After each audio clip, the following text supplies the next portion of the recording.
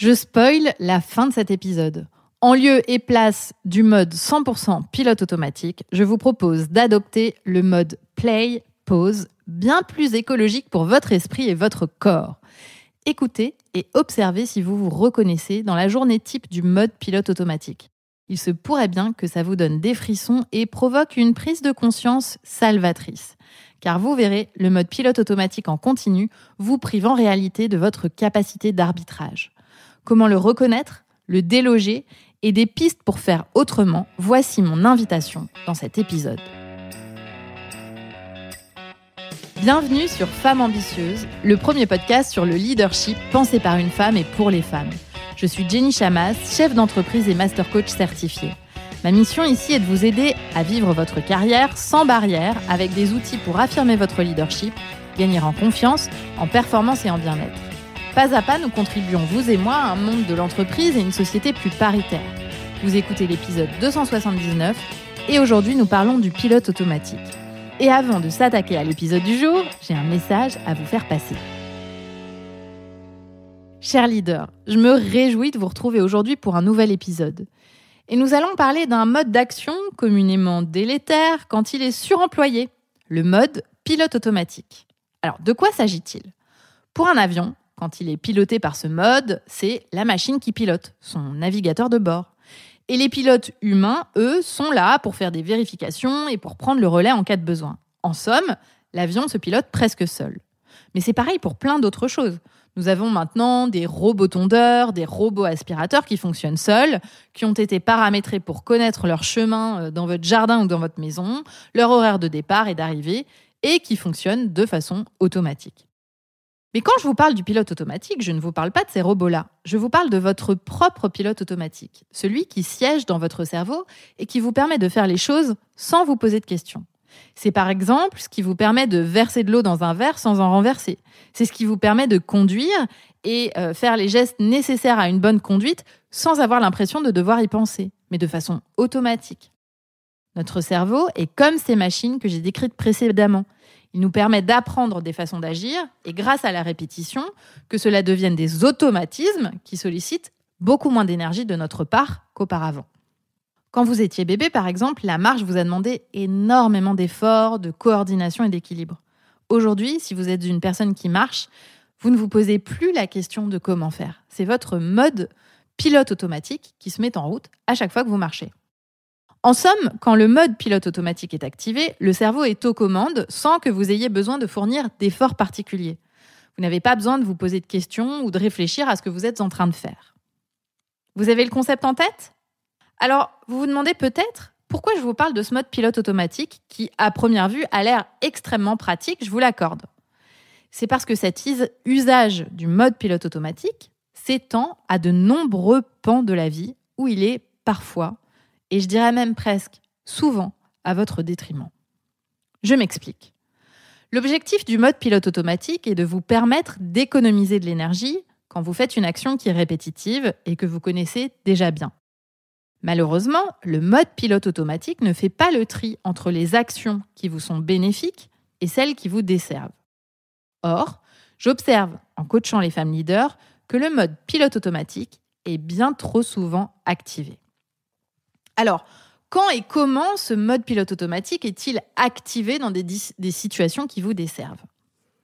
Avant de répondre précisément à cette question, observons ce à quoi ressemble la vie d'une grande majorité de femmes mères que je côtoie, que je coach, avec qui je travaille et parmi lesquelles je me reconnais aussi.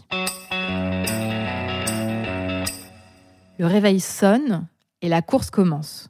Se doucher, s'habiller, parfois ne pas avoir vraiment le temps parce qu'il y a des enfants qui demandent de l'attention, biberon, petit déjeuner, couche, les vêtir, fermer le cartable, préparer le goûter.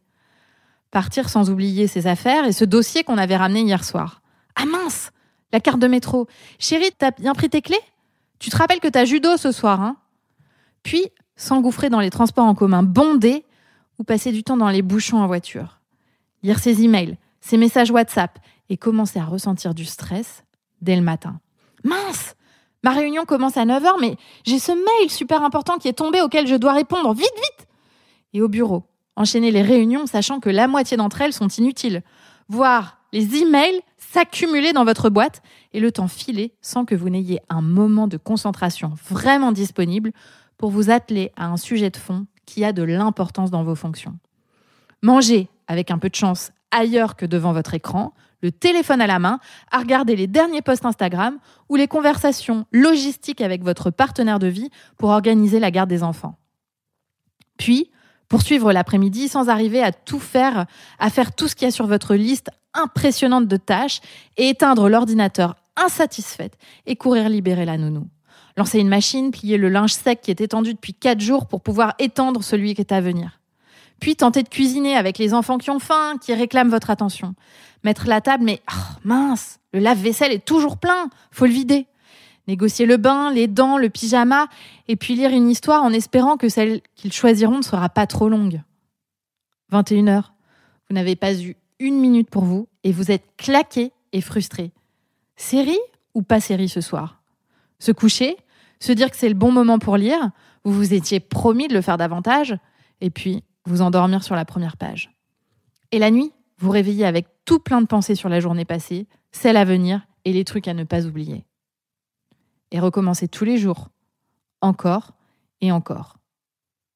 Comment vous sentez-vous quand je vous raconte tout ça ? Je vous ai dressé le portrait d'une maman, mais le mode pilote automatique se met en route aussi quand on n'a pas d'enfant. C'est faire sans y penser et sans se questionner toutes ces choses qu'on pense qu'on doit faire les unes après les autres, sans réfléchir. La journée que je vous ai décrite, répétée souvent, voire tous les jours, est votre pire ennemi. C'est ce qui crée de la fatigue, du stress et de la déprime même, de ne pas pouvoir sortir d'un cercle infernal de choses à faire, à penser sans jamais avoir d'espace de respiration. Et comme le mode pilote automatique vous permet de le faire efficacement, sans vous poser de questions, ça vous encourage à continuer, parfois jusqu'à un trop-plein, parfois jusqu'à l'épuisement, parfois jusqu'au burn-out. Et sans arriver à cet épuisement, ce mode pilote automatique vous fait passer à côté de la vie, à côté de l'instant présent, à côté de ce qui se présente à vous, à côté de ce qui pourrait être un bon moment, mais que la charge mentale et le poids des obligations rend repoussant. Personnellement, j'ai souvent espéré que l'histoire de mes enfants soit courte pour être enfin tranquille. J'ai souvent été irritable quand je devais gérer l'intendance à la maison parce que j'étais fatiguée. Mais au fond, j'adore lire des histoires à mes enfants et j'aime aussi cuisiner, par exemple. Mais le mode pilote automatique, qui impose sans y réfléchir que je fasse systématiquement ces choses-là, aujourd'hui ne me convient plus.